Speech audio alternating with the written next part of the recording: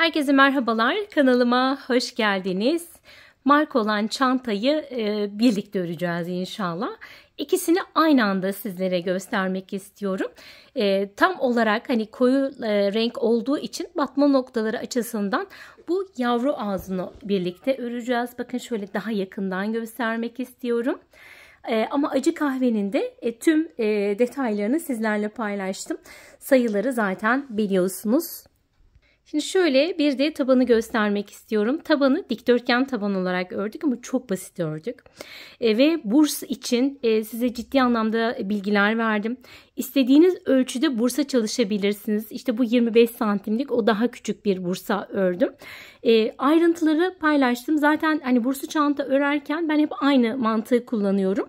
Bundan dolayı çok kolay bir şekilde örebilirsiniz. İplerimi de gösterdim. Bütün ayrıntıları paylaştım. Ve kanalıma abone olursanız beğeni ve yorumlarınız için de şimdiden çok teşekkür ediyorum. Şöyle bir bakın. Hızlıca model anlatımına geçiyoruz.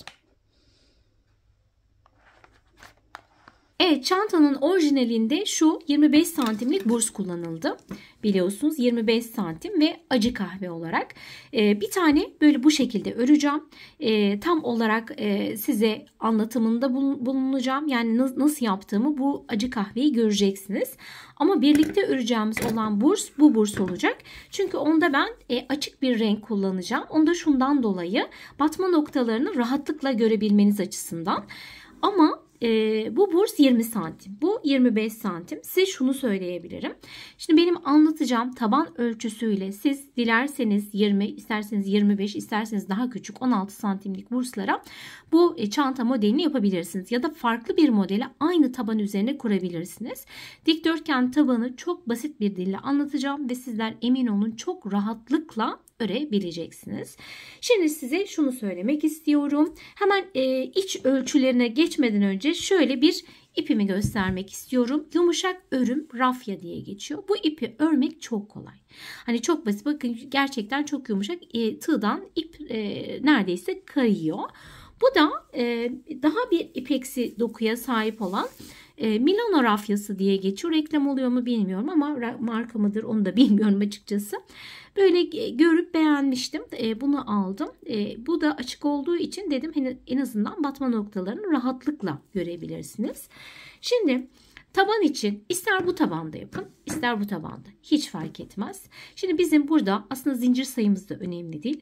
Burada önemli olan çektiğimiz zincirin başlangıç zincirinin uzunluğu olacak.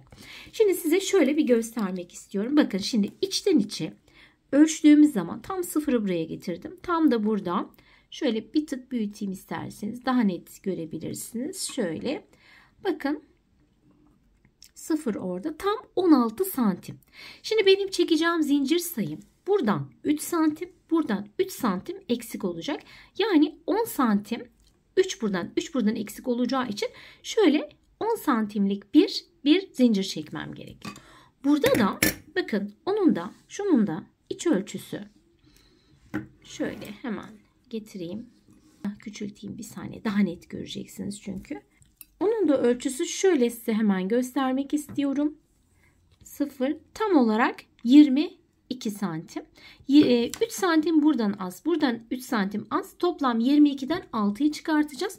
16 santimlik bir zincire ihtiyacımız var. Şimdi hemen zincir çekmeye başlıyorum. Şöyle. Baştan biraz ip bırakıyorum. Çünkü zincirimi ipe yedirerek yapacağım. Tabandaki o şeyin gözükmesini istemiyorum. Deliklerin gözükmesini istemiyorum. Bundan dolayı hemen şöyle. Evet hemen başlatıyorum. Bu taraftan biraz ip ayırdım. İşaret parmağıma ipimi doladım. Bakın tığımın kancası yukarı doğru duruyor. Şöyle bir çevirdim ve bir zincirimi attım. Bunu tabii ki saymıyorum. Şimdi nasıl yapacağım? Hemen onu size göstermek istiyorum. Zincirimi şu şekilde çekeceğim. Kancam yukarıya bakıyor. Şu diğer taraftaki ayırdığım başlangıçtan ip ayırmıştım biliyorsunuz. Onu onun üzerinden geçiriyorum. Şöyle zincir çekiyorum. 1. İpi geçiriyorum. 2. Şimdi siz dümdüz zincir de çekebilirsiniz ama tabanlarda böyle delikli bir yapı oluyor. O benim hoşuma gitmiyor. Hani tam kapansın istiyorsanız hani bu şekilde zincir başlangıç tabanı yaparsanız daha güzel olur. Şimdi bunu çektim. 3. Bakın böyle geçiriyorum. Çok basit. 4. Sıkmadan 5. 6. 7. 8. 9. 10. 11. 12. Buradaki sayı önemli değildi. Önemli olan neydi? Uzunluğuydu. Şuradan şurası 16 idi. Hemen şöyle bir ölçüyorum. Bakın daha 8'e yakın olmuş. Devam ediyorum.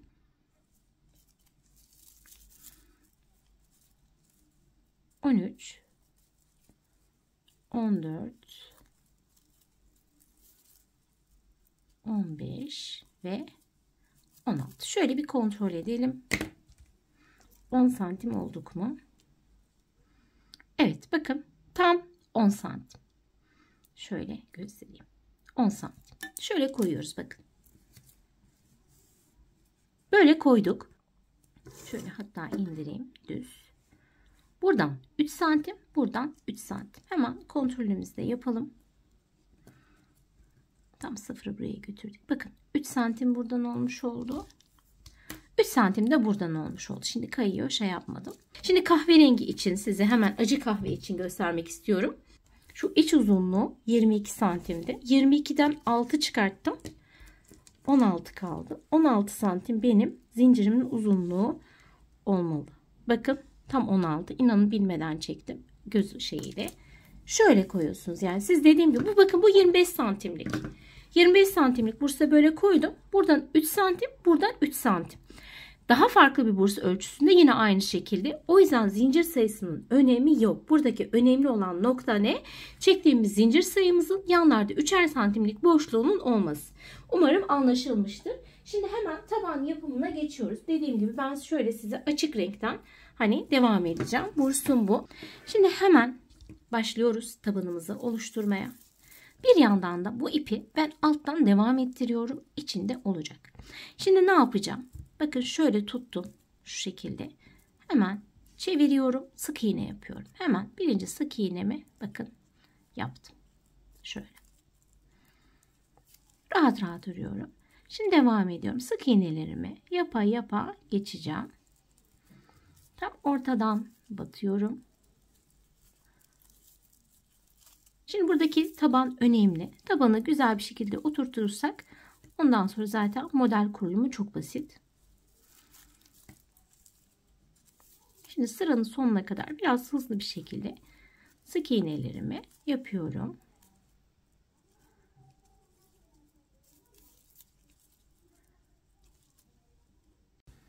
Evet, sıramın sonuna kadar geldim. Bakın sonuncuyu hatta şöyle yapmayayım. Sonuncu zincirime bir tane sık iğne yapıyorum.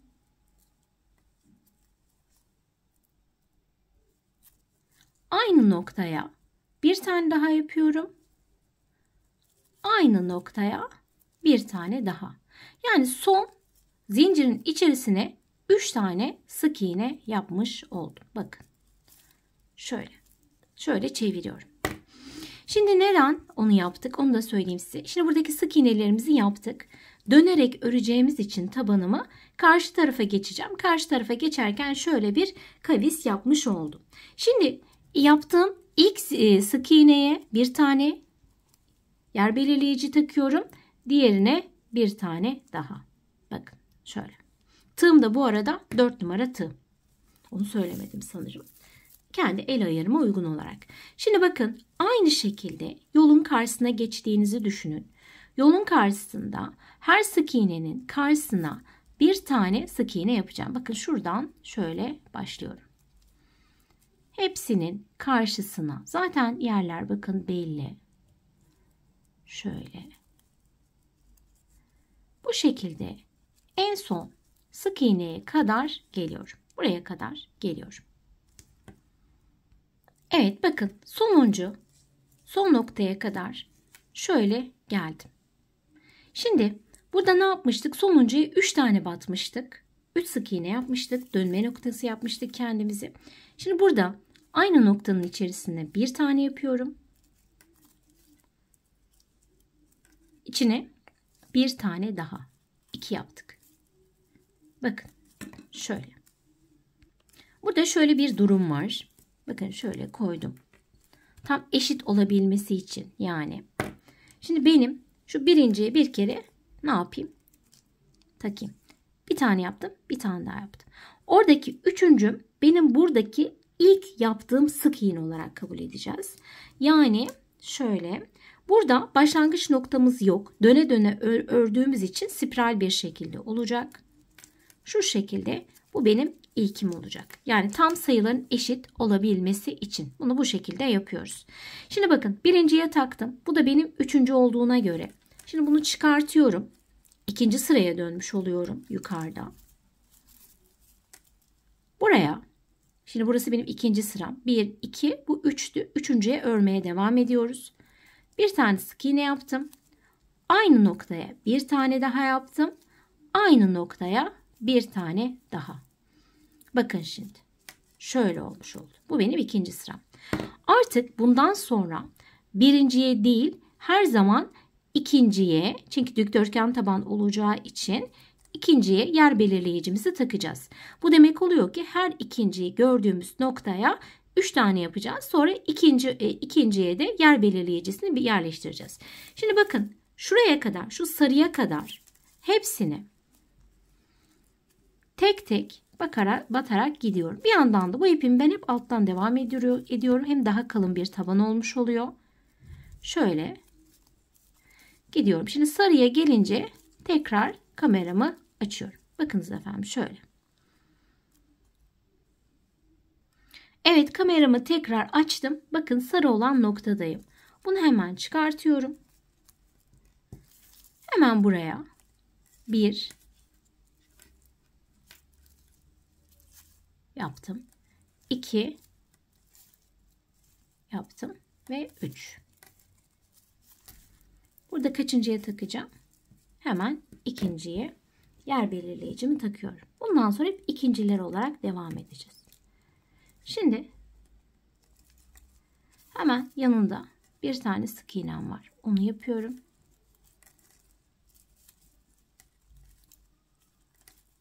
Onu yaptım. Şimdi üçüncü şunu çıkarttım. Hemen bu noktaya ne yapacağım? 1 2 ve 3. Çok güzel bir dikdörtgen taban bu şekilde elde etmiş oluruz ve çok basit, yani bundan basit de bence yok. Bakın şöyle ipi tabi biraz bir düzeltmek gerekiyor. Kayıyor biliyorsunuz. Hemen ikinciye taktım. Bakın şöyle. Şimdi yine devam ediyorum. Hepsine birer tane batıyorum.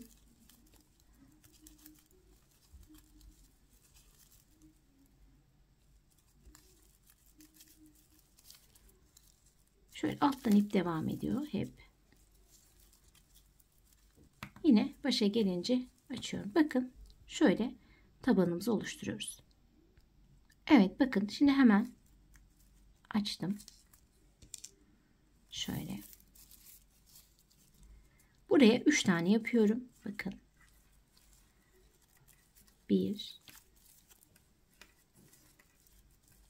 2 ve 3.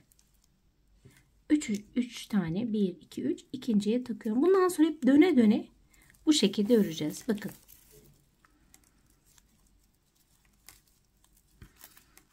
Burada bir tane daha var. Burası benim başlangıç noktam. Renk koyduğunuz rengi başlangıcınızı kaçırmayın. Çünkü model kurulumu oradan başlayacak. Bakın bu yeşil. Şimdi buraya 3 tane yapıyorum. 3. sıra bu arada. 2 ve 3. Bakın ikinciyi hemen taktım.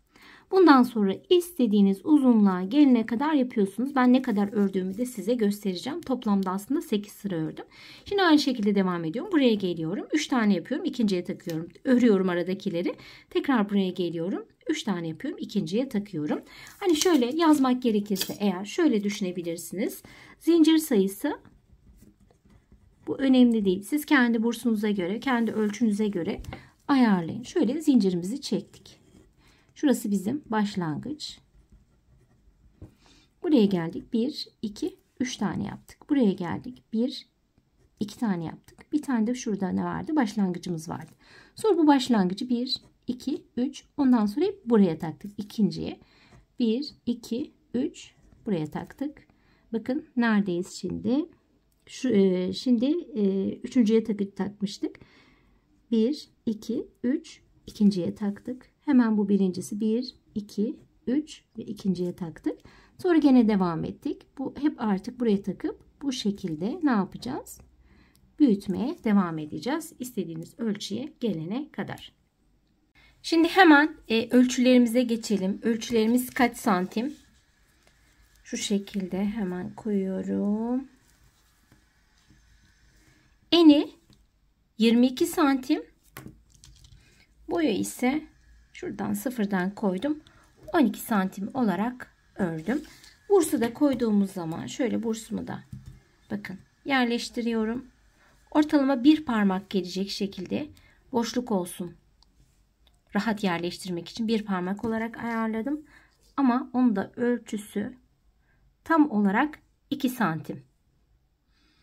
Şöyle 2 santim olarak ayarladım. Diğerini acı kahveyi söylüyorum. Hemen acı kahvemizde sıfırdan koyduk. Şöyle ters dönmüş. Tam 30 santim. Şöyle çevireyim. 30 santim boyu. O da 12,5 santim. Tam olarak 12,5 santim. Hemen hemen diğeriyle aynı. Şimdi artık hızlıca modelimizi kuruyoruz. Model anlatımı da çok basit. Hemen onu da anlatmak istiyorum size. Şimdi bakın. Şurada ben köşedeki ikinci sık iğnemdeyim. Ona geldim. Şöyle bağladım. Artık bir başlangıç noktamız olacak. Sonra bu üçüncüye geldim. Buraya da bir ne yaptım? Bağlantı kurdum. Şimdi modelimiz artık kuruluyor. 1, 2, 3 zincir çektim. Ta ipimi doladım. Hemen bir sonraki boşluğuma geldim. Bağlamıştık ya ikinci olan, bu da üçüncü olan biliyorsunuz. Tam böyle modeli köşeye kurmak istediğim için bu şekilde yaptım. Hemen üçüncünün üzerine 3 zincir çektim. Bir sonraki bir gerideki ne geldim, boşluğun içerisine geldim. İpimi şöyle uzattım. Tekrar ta ipimi doladım. Tekrar aynı boşluğun içerisine geldim. Ve tekrar ipimi ne yaptım? Uzattım. Tığımda 1, 2, 3, 4, 5 ip var. 5 ipi şöyle geçirirken sonuncuya kadar geldim. Bakın. İlk dördünü geçirdim. Burada ipimi tuttum. Hop. Ne yaptım? Onu da kapatmış oldum. Tekrar. Bakın. Ta ipimi doladım. Bir tane atlıyorum. Geriye dönük çalıştığım için. Bir tane sık iğne atladım. Diğerine geldim. Hemen şöyle hep rahat çalışıyorum ve iplerimi yukarı doğru uzatıyorum. Buraya bir tane ikili trabzan yaptım. Şimdi modelle ilgili size şunu söylemek istiyorum. Model 2'nin katlarından oluşacak. Bundan dolayı hani buna dikkat edeceğiz. Yani burada benim saydığım zaman şu modeli sayınca benim çift sayı çıkması gerekiyor. Bundan dolayı hani olur ya takılırsınız, bu sefer ne yapacaksınız? Bir taneyi daha yakın yapacaksınız. O zaten ilk sırada olduğu için sonra kaybolup gidiyor. Şu an tam olarak saymadığım için hani ben rakamlara çok takılı kalmıyorum açıkçası. Şimdi ne demek istediğimi daha iyi anlayacaksınız. Şimdi tekrar buraya geldim. Bir tane geriye gittim. Hop. Şöyle uzattım. Bir kere daha ta ipimi doladım. Tekrar aynı boşluğun içerisine gelip şöyle çıkarttım. Son bir taneye kadar ve devam ettim. Tekrar ta ipimi doladım. Bakın şuradayım. Bir tane atlıyorum. Buraya geçiyorum. Tığımda 3 ipim var. Önce ikisini çıkarttım. Sonra ikisini tekrar tığ ipimi doladım. Bir geriye geldim. 1 2 ve bu şekilde. Buradayım. Bir tane atladım. Devam ediyorum. Bir tane ikili trabzan yaptım. Tekrar geriye geldim. Ya aslında bu sırada yapacağımız model bu. Bakın şurada zaten bir tane atlıyorum. Buraya geçiyorum. Bu şekilde döne döne gidiyorum. Özellikle şu köşelere model kurmaya dikkat edeceğim. Onu göstereceğim size. Şimdi devam ediyorum. Sıranın sonuna kadar geliyorum. Şimdi sıramın sonuna geldim. Bir tane atladım. Tam birinciye denk geldim. Tekrar bakın.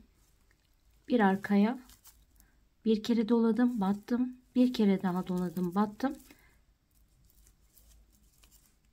Şöyle yaptım. Şimdi bakın. Şuradayım. Bu benim ortadaki ikili sık iğnem. Yani 1 2 3 bir önceki sıradan. Hemen şu üçüncüye geldim. Çok güzel denk geldi bu arada. Tekrar tığ ipimi doladım. Bir sonraki sık iğnenin boşluğun içerisine girdim. Hop, ipimi çıkardım. Bir kere daha girdim. Tekrar çıkardım. Bu şekilde köşemi dönmüş oldum. Sizin denk gelmezse biraz dip dibe gibi olacak ama ya da bir tane atlayarak, yani buna dikkat etmeniz gerektiğini düşünüyorum. Tam böyle köşelere geldiği zaman tam böyle yukarı doğru kalıp gibi çıkacaktır. Bilginiz olsun. Hani denk gelir gelmez. Gelmezse de hani bir şey olur mu? Olmaz. Ama denk gelirse bu şekilde ben model kurulumu daha güzel olacağını düşünüyorum.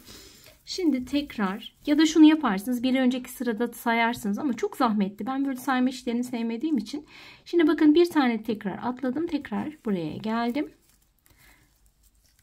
Ve sıranın sonunda geldiğim zaman tek tek hepsini sayacağım. Çift sayı elde edeceğim. Evet, bakın devam ediyorum. Şöyle dönüyorum, geliyorum. Buraya gelince benim çift sayımın olması, yani çift, bu modelin çift olarak kurulmuş olması gerekiyor. Evet, artık hepsini ördüm. Toplam 47 tane şu modelden yapmış oldum. Şimdi tığ ipimi doladım. Bakın başlangıç noktam burası. Şurada bir tane kaldı. Hemen şuradan bir giriş yaptım. Buraya bir tane ikili trabzan ördüm. Tekrar tığ ipimi doladım. Hemen bir sonraki boşluğun içerisine girip bir kere ipimi uzattım. Bir kez daha uzattım. Dördünü topladım. Son birinciye kadar ve bitirmiş oldum. Şimdi ben bir üst sıraya geçeceğim. Biliyorsunuz bir üst sıraya geçerken hemen şunu yapmam gerekiyor. Direkt olarak arkada, bakın aslında şu şöyle arkada kaldı. Öne geçmiş gibi duruyor. Şu boşluğun tepe noktası, yani 3 zincir çekmiştik. Onun tepe noktasına gelip hop bağlıyorum. Bağladıktan sonra normalde örgü nasıl örülüyor? Şu şekilde değil mi? Devam etmem lazım. Bunda tam tersi oluyor. Örgümü ters çeviriyorum. Bakın çevirdim. Tekrar üzerine 1, 2 ve 3 zincirimi çekmiş oldum. Şimdi 3 zincir çektikten sonra nereye çalışıyordum? Bir sonraki boşluğun içerisine çalışacağım. Yani biz önceki sırada sık iğnenin içerisine yapıyordum. Şimdi bir önceki boşluğun içerisine, bakın şuraya yukarı kaldırdım. İçinden geçirdim. İpimi yukarı çektim. Tekrar bir kez daha. Evet. Şimdi devam ediyorum. Hemen neredeyim? Şurada bakın. Alttan şu modeli geri çektiğiniz zaman 3 zincirin, yani ikili trabzanı görüyorsunuz daha doğrusu. İkili trabzanın tepe noktasına gelip bir tane ikili trabzan yapıyorum. Yani hep bu, bir sonraki sırada bu ikili trabzanın tepe noktasına batacağım. Tekrar tığ ipimi doladım. Bu sefer boşluğun neresi? Burası. Bu boşluğun içerisine geliyorum. Hop, bir kere girdim. Bir kez daha girdim. Dördünü topladım. Sonuncuyu bıraktım ve kapattım. Tekrar tığ ipimi doladım. Bakın hemen zaten belli, kendini belli ediyor. Daha doğrusu şöyle yapalım. Bir tık daha büyüteyim size. Bakın tığ ipimi doladım. İkili trabzan, bir önceki sıranın ikili trabzanın tepe noktasına geldim. Hemen buraya bir tane ikili trabzan ördüm. Ta ipimi doladım. Şu boşluğun içerisine geldim. İpimi yukarı çektim. Bir kez daha. Bu sırada bu şekilde öreceğiz. Tekrar bir tane daha yapıyorum. İkili trabzan noktam burası. İkili trabzanımı yaptım. Ta ipimi doladım. Tekrar bir öncekine geldim. Hop. Modelimi kurmuş oldum. Bakın böyle. Yani modelde ne yapacağız? Bir sırayı bu şekilde gideceğim. Daha sonra tepe noktasına bağlayacağım. Tekrar örgümü ters çevireceğim. Yani bir sıra bu yönde örüyorsunuz. Bir sıra bu yönde örüyorsunuz. Lütfen buna dikkat edin. Böyle arada tam ortasını bir kez daha kameramı açacağım. Tekrar göstereceğim. Bu modeli daha önce de çalışmıştık aslında. Clutch çanta yapmıştık. Onun videosunu da açıklama kısmına eklerim. Oradan da tekrar hani kağıt üzerinde de model anlatımını görebilirsiniz. Ya da clutch yapmak isterseniz o şekilde olabilir.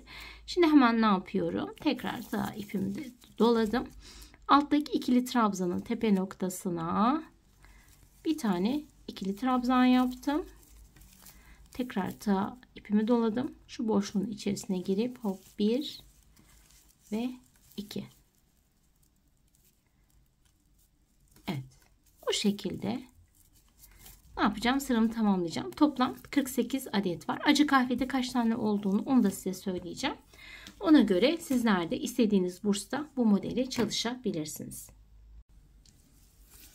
Evet, örmeye devam ediyorum. Bakın şöyle tekrar modeli göstermek istiyorum sizlere. Ta ipimi doluyorum. Hemen bir önceki sıranın altındaki ikili trabzanın tepe noktasına bir tane ikili trabzan yapıyorum.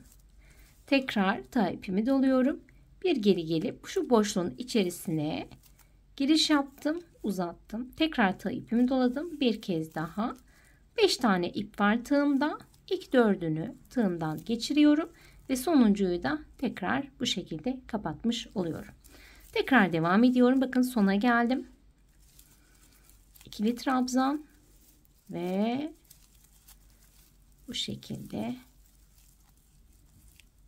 Evet, şimdi sıramın başındayım. Hemen ne yapıyordum? Şuradaki tepe noktasına gelip ilmek kaydırıyorum. Şu şekilde. Şimdi şöyle bir size göstermek istiyorum. Artık tamamladım. Şöyle. Kaç sıra ördüm onu söyleyeyim önce. 1, 2, 3, 4, 5, 6, 7, 8, 9, 10, 11. Tamına 11 sıra örmüş oldum. Buradaki önemli nokta tabii ki kaç santim olduğuna dair. Şimdi tam olarak size uzunluğunu vermek istiyorum. Taban itibariyle tabana 0'ı yerleştirdim ve devam ettim. 17 santimi hafif bir geçiyor. Bu kadar örmek zaten artık yeterli bizim için. Şimdi size bir yandan da bu 25 santimlik burslu olanı tabii ki örüyorum. Daha var tabii ki. İnşallah onu da bitireceğim. Size göstereceğim. Şimdi bu taban ölçüsüne göre 56 tane model kurdum burada da. Burada da 56 tane modelim var. Onun da bilgisini vereyim. Çünkü ikisini aynı anda sizin beyninizde sunacağım. Bakalım hangisini örmek isteyeceksiniz. Ona göre karar verirsiniz. Şimdi burada ben artık bitiriyorum. Şurada bir zincir çekmiştim. Hemen şöyle kopardım. Şimdi sıra geldi. Bu ipi hemen şöyle yapalım. Şuradaki boğumdan geçireyim. Şöyle hafifçe bir düğüm atıyorum. Buradaki alttaki fıstığımı bozmuyorum. Bakın şöyle bir alta daha geçiyorum. Böyle yavaş yavaş aşağıya indireceğim. Şimdi sıra geldi yan kenarlarını örmeye. Şimdi yan kenarlarını örmek için şöyle bir ortalamam gerekiyor. Benim biliyorsunuz 48 tane modelim var. Bunu ikiye böldüğüm zaman 24 yapıyor. Şimdi bu 24'ün 20'sini bir kenara bırakacağım. 20'sini bir kenara. 4 tane de şöyle ortada bir boşluk bırakacağım. Hani o tutma yerindeki o boşluktan bahsediyorum. Şimdi ben hemen sayıları yapıp bu iğnelerimi yerleştirip tekrar geliyorum. Evet, şimdi tam olarak ortaladım. Ve şöyle 4 tane boşluk bıraktım. Bu tam 4 tane biliyorsunuz aradaki olan o boşluk tutma yerinin üstündeki kısım. Şimdi benim şuradan bunu saydığım an, bununla birlikte yani bu kancamı taktım. Saydığım an tam bu yeşile gelene kadar, yani şurası şöyle 20 tane oluyor. 4 tane de burada olunca biliyorsunuz 24 yapıyor. 48 de bizim model sayımız. Tam olarak sayımızı tutturmuş oluyoruz. Şurada böyle ip gibi bir şey çıkmış. O kafamı karıştırdı. Şimdi tekrar bakın şöyle koyuyorum. Tam şöyle yanlardan aslında ortalıyorsunuz. Buraya da birer tane takılabilir ama ben takmadım. Şimdi ben örmeye başlarken bu noktadan başlayacağım. 1, 2, 3, 4. 4 tane de bakın hiçbir şey yok. Bu hep buradaki birinci, buradaki 20. oluyor. Öyle söyleyeyim size. Buradaki birinci, buradaki 20. oluyor. Ve aralarda 4 tane boşluğumuz oluyor. 24 çarpı 2 48 olarak başlamış oluyoruz. Şimdi hemen modelde ne yapacağız? Artık şurada bir daraltmamız olacak. O daraltmayı yapacağız. Şimdi ben örerken nasıl örmüştüm? Bunu dıştan örmüştüm. Şimdi bunu içten örmem lazım. O yüzden modele ben buradan başlıyorum. Bir taraf düz, bir taraf ters örüyorduk biliyorsunuz. O ondan kaynaklı. Bakın. Şimdi buradan geldim hemen. Şöyle bir tam 20.den giriş yaptım. Şu ipimi de şöyle alt alayım. Üzerine 1, 2 ve 3 zincirimi çektim. Tekrar büyüttüm size. Şimdi bakın şu 20. Hemen geliyorum. Bu ipi de alttan devam ettireyim. Alttaki ikili trabzanın tepesine aynı bildiğimiz modeli yapıyoruz. Bakın şöyle geldim. İkili trabzan yaptım. Tığ ipimi doladım. Ve buradaki boşluğa modelimi hemen kuruyorum. Bakın. Şöyle. Modelimi kurdum. Burada 3 zincirim var ve devam ettim. Şimdi devam ediyorum. Yine aynı şekilde ne yapacağım? Öre öre gideceğim. Şuradaki. Bunu daha sonra aşağıya kaydırırız. O yüzden kafanızı karıştırmasın diye şöyle ittirdim. Boşluğun içerisine geldim. Devam ediyorum. Bu şekilde mavi çengelli iğneme kadar geliyorum. Bakın şöyle. Bu şekilde buraya kadar geliyorum. Evet bakın şimdi nereye geldim? Çengelli iğnemin olduğu noktaya geldim. Şimdi burada başlangıç yaparken 3 zincir çekmiştim. Aslında 3 zincir çekerek diğer modele atlayarak bir tane azaltmış oldum. Şimdi yine burada aynı şekilde buraya benim batmam gerekiyor. Buraya ben 18 zincimi ördüm. Bakın şimdi ne yapacağım? Hemen ta ipimi doladım. Buradan şu iğnemi artık çıkartayım. Yerim artık belli çünkü. Şuradaki ikili trabzan yine biliyorsunuz. Tığımda 3 ipim var. 3'ünü aynı anda çıkartıyorum. Tekli trabzan yapıyorum. Bakın şimdi. 1 2 3. Tekrar şöyle çevirdim. Şimdi bu yönde öreceğim. Bakın bu yönde öreceğim. Bu yönde örerken yine bir tane azaltacağım. Bunu atlayacağım. Hemen diğer sonra ikinci olana geçeceğim. Burada da bir tane eksiltme yapmış olacağım. Bakın böyle. Şöyle tekrar.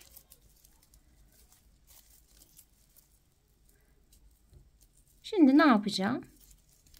Sıramın sonuna kadar aynı şekilde size gösterdiğim şekilde modelimi kura kura devam ediyorum. Böyle oldu. Birer tane azaltmış oluyoruz.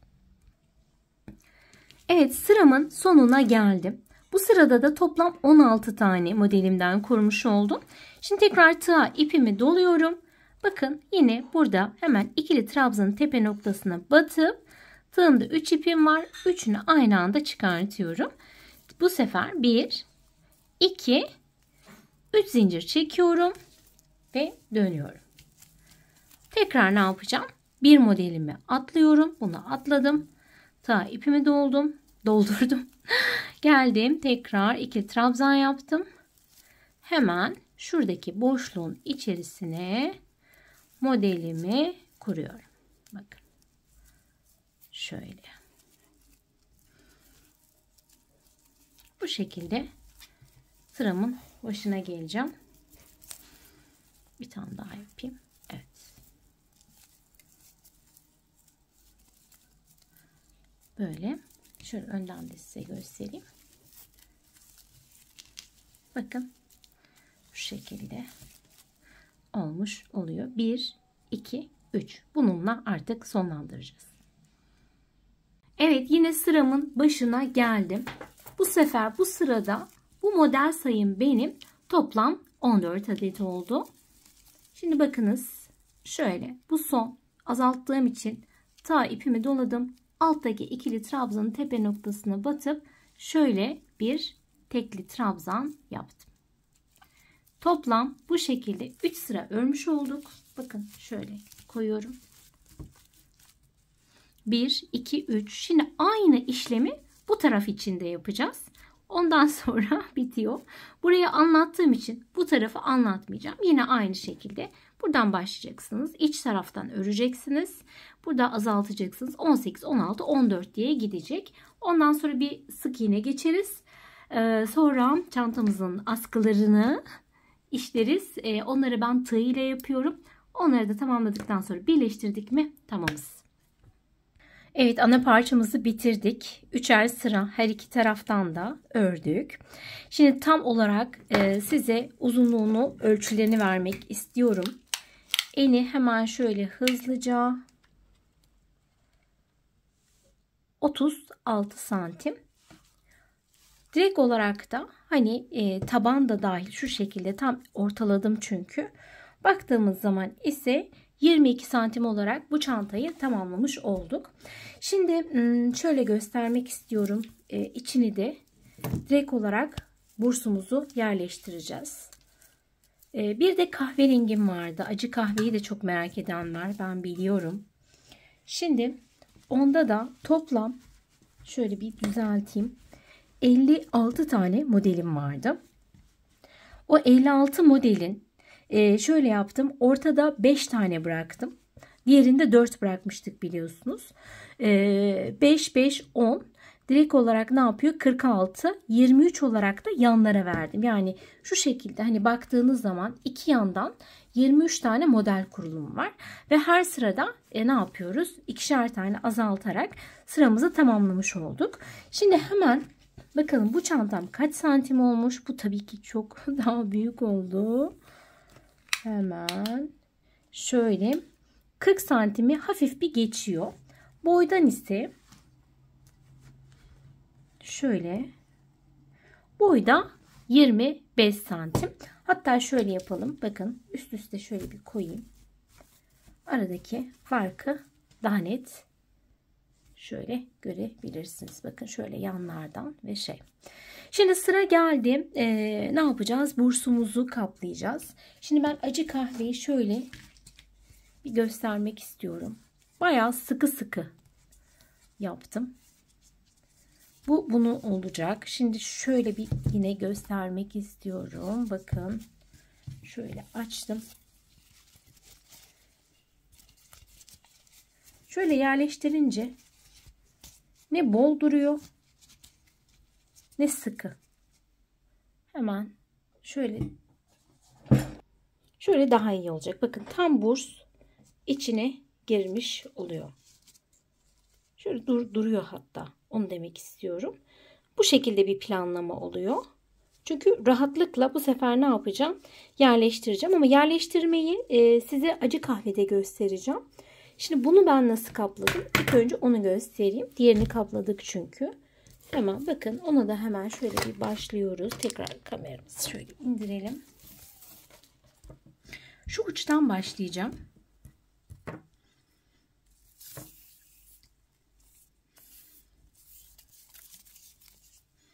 Tığ ile yapıyorum. Şimdi bakın şöyle.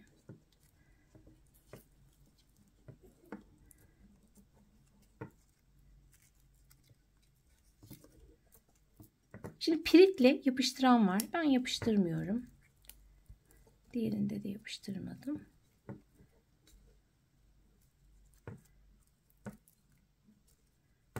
şöyle uçtan biraz uç kısmını yediriyorum. Bakın. Şöyle şimdi geldim. Tığımı içinden geçirdim ve direkt olarak bağlıyorum.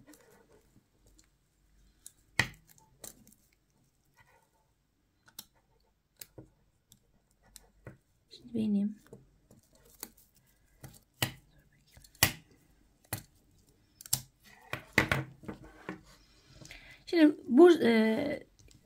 şimdi bursumuzu artık kaplamaya geçiyoruz. Uçtan şöyle biraz ip bıraktım. Normalde burayı piritle yapıştıranlar var. Ben yapıştırmıyorum. Şu uç kısmını şöyle. Sonra onun üzerinden gidince sağlam olmuş olacak. İçine gömmüş olacağım. O yüzden yapıştırmıyorum. Bakın. Şu şekilde. Alttan tığımı geçirdim. Ve sıkı sıkıya yapıyorum. Bakın o ip de direkt yok olacak.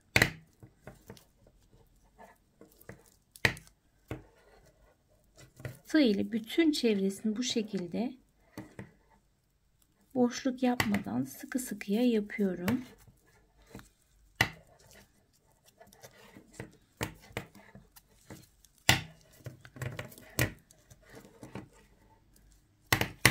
Demirin gözükmemesi gerekiyor. Bakın hatta şöyle elimle itiyorum. Şu fazlalığı örneğin keseceğim. Çünkü yeterince zaten içinde var.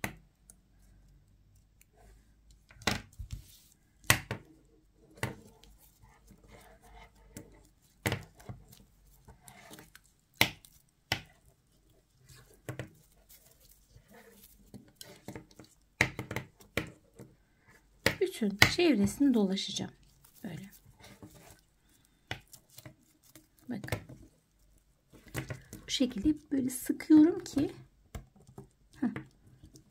bunlar da aşağıya gelecek.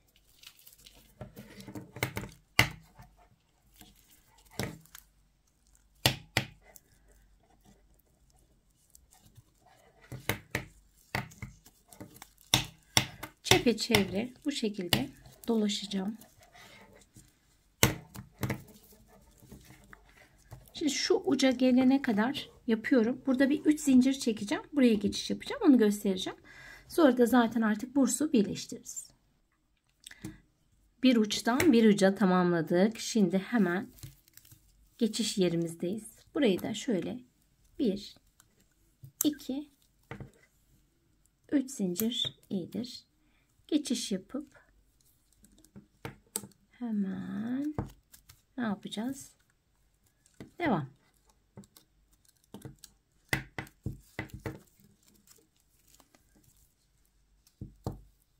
Sıkıştıra sıkıştıra olabildiğince sıkı bir şekilde şöyle bir görüntü elde etmiş oluyoruz.